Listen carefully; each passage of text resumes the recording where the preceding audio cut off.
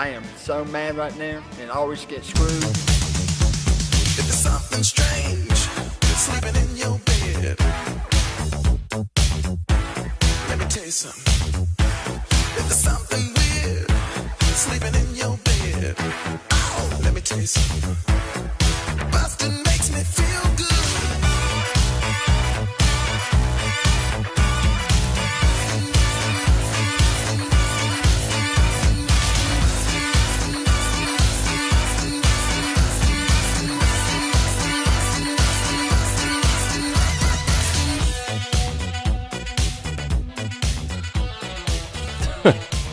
So this is gold. Yeah, it's pure comedy gold. It's very much gold. And then now we had him back, and we did another promo with him, and that was the second one.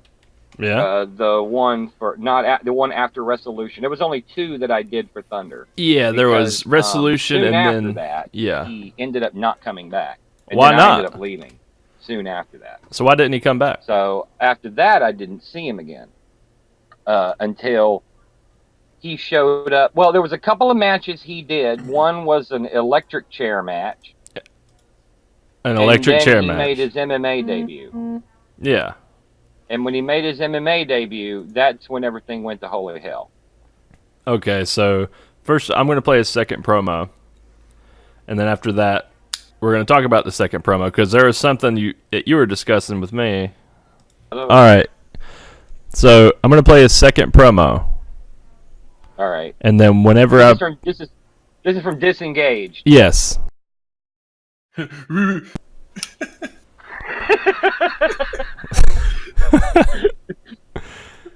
right, here we go. Baddstreet, you get to say that thing. I told you once, I told you again. Somebody get handcuffed to the ring. I told you once, I'll tell you again. You come back in the ring next month, you're going to get the same damn thing. Same damn thing. I guarantee it. Somebody getting handcuffed to the ring.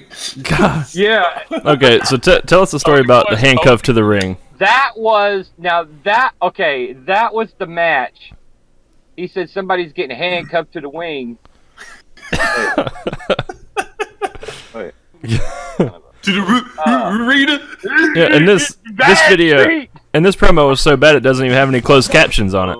No. I think somebody might have. It's funny because I didn't put any captions on any of these. So for somebody to put captions on the first one, I think somebody might have done that for me. That's wonderful. So, oh my! What now? Was this the match that he's promoting? Was that the match that everyone thought he was shooting on you? Yeah. I'll get into that story. So, the purpose of why he did that was a spot we had planned. Now, I at the time was not wrestling again because I was recovering from surgery. Near the end of 2005, my colon ruptured, and I had major surgery. Almost died from it, and during that time, for about a good 3.5 month period after my initial surgery, I had a colostomy bag. Yeah. Now, the way that worked with the colostomy bag is obviously I can't bump or anything because it could create quite a shitty situation. Oh. Completely intended. Oh, of course. So obviously bumping with a colostomy bag on was not an option, but it was a way to kind of, again, to use my talents. I could talk, I could do other things, I could still have a role to keep my character alive. Yeah. Because I was still there shooting and producing. So that's something I've always done. So I was doing that along with everything else. Now, so they decided to do it this way where I was going to come out to the ring and get involved helping C.B. Kane get the win. Yeah. That's originally how it was supposed to be. And then Dirty would get mad and Dirty would attack me. I told him, I said, just hit me in the head, punch me there. You'll handcuff me to the ring with your pair of handcuffs, and then you'll attack me around. You'll punch me in the head a few times. Yeah. And then you'll take this kendo stick or whatever, and you'll go for a gut shot. Don't come anywhere near my gut for real. Yeah. You know, get as close as you can, but don't actually hit it. You hit me with that thing, I'm fucked. Yeah. So, but we practiced it in the back. He had it down. He knew what to do. Because say what you want about Dirty Player. If you work a spot out with him, as long as he can remember it, you know, he'll do the spot. Yeah. and he'll do it the way you want him to do. That's more than I can do. That's more than I can do. I forget my shit halfway through the match, and I gotta just talk about like, all right, what's the next spot? I forgot. Well, he's like a frenzied puppy.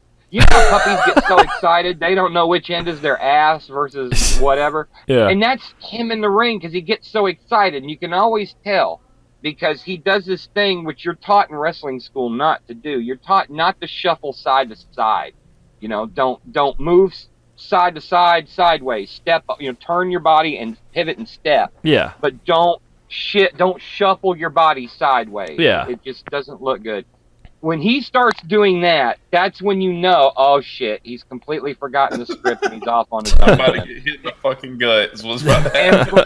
And for people that have worked him and told me that he's not very good about calling spots. And if he hears a spot, 9 times out of 10, you might get lucky. Yeah. But there's that 1% that always rears its ugly head at some point in the match. It's not that he doesn't botch, but Yeah. you wouldn't know half the time. You don't know if he's just bad or if he botched it. Yeah. But he was right there with it. So, all right. And he's going to hit me with a gut shot with the kendo stick. I'm going to sell it, and it's going to look, everybody at that time, all of our fans that came on a regular basis, they all knew that I was not in action because I was recovering from this. They knew. Yeah. And we decided to use this to put some more heat on Dirty and see what he could do with it. So the problem was we didn't tell anybody in the back. And the reason we didn't tell anybody is because, we figured everybody else is doing their own match. I don't go around telling everybody what my spots are in my match except for the people involved. And Yeah. we didn't think about it. And we probably should have told somebody. That's only in hindsight. So Yeah. all right, so the match starts happening, everything's going through, the end of the match comes, and I know my cue. So I come diddly bopping on out there, I do my thing, I get involved, I trip Dirty, CB Kane nails him with the Kane leg lock, he submits, match is over, Dirty player puts Kane over, and Kane's getting up doing his thing. Now Dirty's mad, and he knows that I'm the one that caused it, so true to what he was supposed to do, he goes into his corner, he grabs his handcuffs, he comes out of the ring, and he starts attacking me. I start selling, he puts the handcuffs on me and handcuffs me to the corner post. Yeah. The problem is that the handcuffs he used, which I should have inspected the handcuffs before I ever let him put them on me. They were thick plastic handcuffs that were spray painted black to look real. And I'm thinking, okay, these are going to be real handcuffs. I asked him if he had a key. He said, yep, I got key. I got key for the cuff. And I'm like, all right. But he didn't seem all that concerned about having a key. And so he slapped these cuffs on me. Now, my natural reaction, as should be when most people do a spot when they get handcuffed to something, grab the handcuffs and pull on the handcuffs to sell To fight, the yeah. fact that you're handcuffed to the fucking ring, right? Exactly. So there it is, right? And so I give it that pull to sell, and snap. This stupid chain just breaks like nothing. Like not even a zip tie. A zip tie is like 100 times stronger than what in the hell I pulled off of. And then I'm standing there looking at my wrist, and I've got the other end of a toy pair of handcuffs attached to me. And it's a plastic toy. And then I look up at him, and he sees me standing there with these cuffs, and I lift my hand and give him that look as if to say, what the fuck? Bam! He starts peppering me with some rights. I start selling. Now I can't be handcuffed anywhere. So now I'm like, do the gut spot now. Do the gut spot now. And he does. I go down, and I'm selling. And true enough, I'm selling so much that it looks like a shoot, and it's part of the whole deal. So CB Kane starts selling it like it's a shoot, and now he's checking on me. Then he starts calling for assistance out of the back Yeah. to get me back there, to get me carried out. And they bring out some sort of a stretcher thing to put me on and carry me to the back. Yeah. And they get me all the way back there, and of course I get back there and I pop right up. All right, well, that was fun. And everybody's like freaking because I'm selling it so well, I got tears coming out of my eyes. Yeah. It looks like I'm like really deeply in pain, like he really messed me up. So there are people walking us to the back that legitimately think I'm hurt.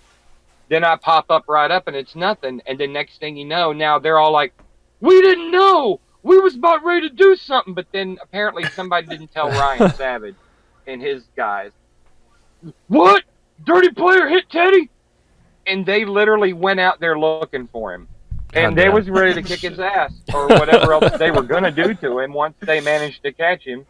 And no one told him anything. And I was like, well, that's why I'm a professional. I know how to sell. Yeah. What the fuck?